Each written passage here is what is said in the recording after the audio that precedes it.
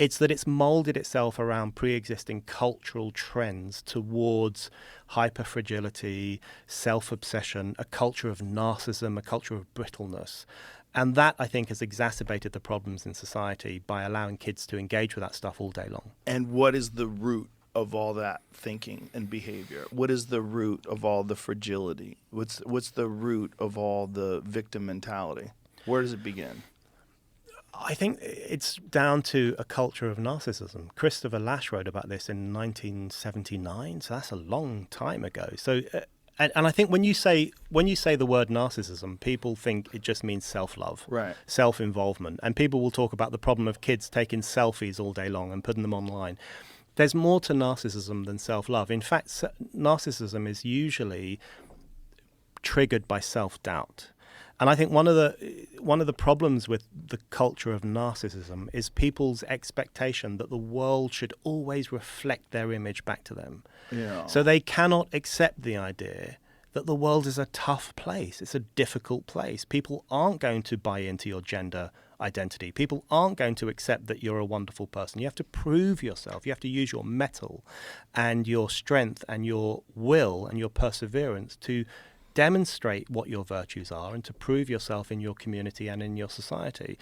And the problem with narcissism is that it does away with all those traditional expectations of having to demonstrate who you are as a person, and it just has this instant expectation of validation. Validate my identity, validate my pain, validate my mental illness. Right. Prove to me that I am right to be self-obsessed in the way that I am. So what the culture of narcissism does is it forces people into themselves in a very destructive and dangerous way. And at the moment, that's taking the form of kids saying, I'm fragile, I'm mentally unbalanced, I have ADHD, I have bipolar disorder. They don't have any of these things. It's not true.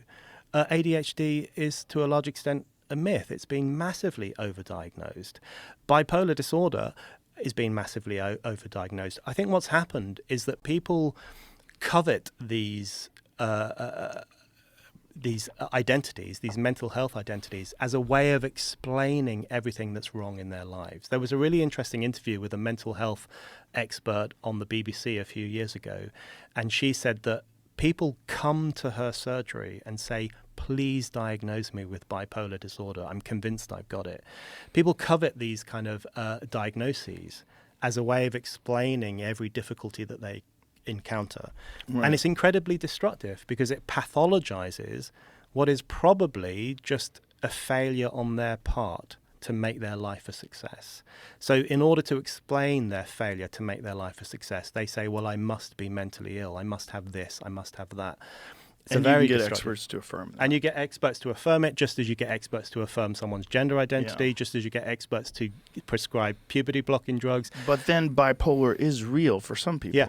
Yeah. Which is a problem. Manic depression, as we used to call it. But this is the other issue with, I think, the culture of hyperfragility. And Abigail Schreier writes about this in a brilliant new book on the overdiagnosis of mental illness in kids in particular. One of the problems with it is that it distracts attention from those who genuinely have mental illnesses, whether that be real issues of manic depression or schizophrenia or clinical depression. These are real problems. And I think when you have a culture that devotes itself to flattering the delusions of the young who are convinced they are mentally ill when they aren't, you distract resources and attention from those who actually need them. And so the narcissism manifests itself in a person who's so self-obsessed that they diagnose themselves with various illnesses in order to either get treatment or to have an excuse for why their life is all fucked up. Yeah, and to have attention. It's a very quick way to win attention, to say, look at this fancy diagnosis I've got, or look at this exotic gender identity I have. It's a way of drawing eyes towards the self and winning pity and sympathy and getting support. attention for almost nothing. Yeah, and you're special now. Yeah. And that's very rewarding for young people who've never felt special.